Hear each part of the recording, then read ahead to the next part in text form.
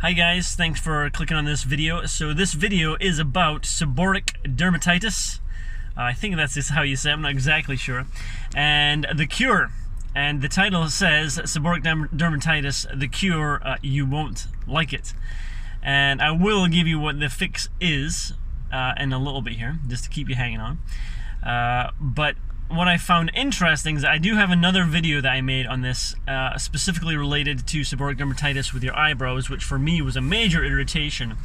And I've got maybe 700 plus views on that, and that was just since July, which obviously is not huge in the world of YouTube, but it was for me to see that 700 people have this problem. I was like, wow, that is quite interesting. Obviously, I didn't, when you have it, you feel like, oh, you're the only one, or there's only a few people. And I remember just the frustration of searching seborrheic dermatitis cure and reading again and again that, it's not known what the cure is or what the fix is, or that you'll always have this and stuff like that, and it will come back. And I came across another video which you might have found in your search. It's an Asian woman, just nice looking person, and very good video, very high quality, far better than any of my videos. And she has thousands of views, and I think she might even be a doctor, but she seems to definitely know what she's talking about. And in her video, she says there isn't really a cure, or we don't know what causes it. And I thought, wow, isn't that crazy? My little video with 700 views tells you what the cure is, and I will tell you again. And basically the cure is, or the cause is, probably most likely an allergy. And it will probably be one of two allergies. It's probably either a wheat allergy or gluten. I don't know if there's much of a difference, honestly. I'm not even that smart enough to tell you if there's a difference. I think gluten affects the gut more, from what I understand, and wheat can affect things like sinuses and the skin.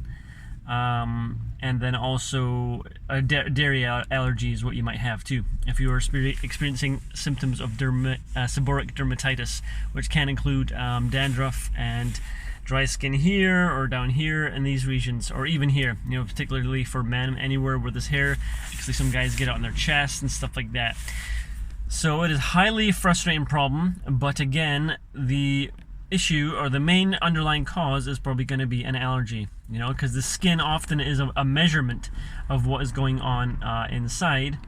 And even those, I've heard that those allergies can be caused by leaky gut, which is basically, if you imagine your stomach being like a mesh, and there's holes in that, or there's parts that are bigger than they're supposed to be, and certain parts, certain properties found in wheat and dairy gets through that lining into the bloodstream. This is what I've read and heard, but again, I'm not a medical doctor.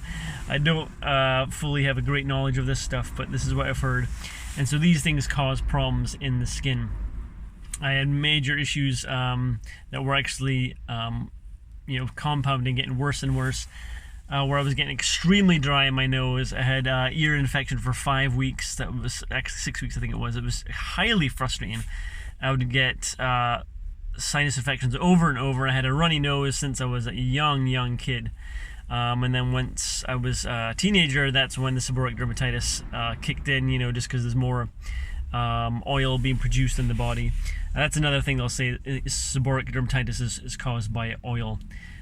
Excess oil, but I don't know. It's like a fungus actually, as well as what other things say. And I believe that fungus is related to yeast, so that probably makes me think it's more the wheat than the dairy. I'm not sure, but I am quite certain if you discipline yourself to cut out wheat and dairy for 2 weeks, that you will start to see a big difference. That whatever your seborrheic dermatitis symptoms are, it will go away. The challenge is when you dabble.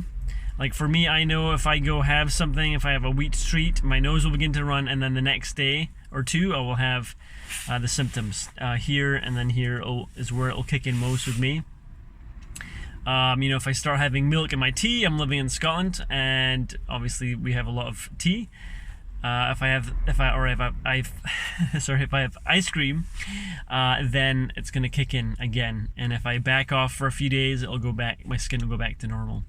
So I would highly encourage you to cut out both and then start reintroducing and see which ones are causing the problems. And the other thing is that you will have other symptoms that might get fixed. Like for me, it was my nose stopped running, and for me that was like almost better than the skin, because I was so sick of having nose issues and being stuffed up, and I was just like, why do I have this issues all the time? And then when I cut out those things, it was like boom, gone. There's a phrase that says where mucus flows, where wheat goes, mucus flows. So you know, when you're eating wheat, your nose is gonna run. And then I lost fat, so I got shredded, which was pretty cool. And there's a thing called wheat belly, which is inflammation in your stomach from the wheat allergy. So there's a bunch of different symptoms. But again, if you try cutting out those things, you're gonna see some amazing benefits, and I think you'll be pleasantly surprised, and it will be worth living with those restrictions.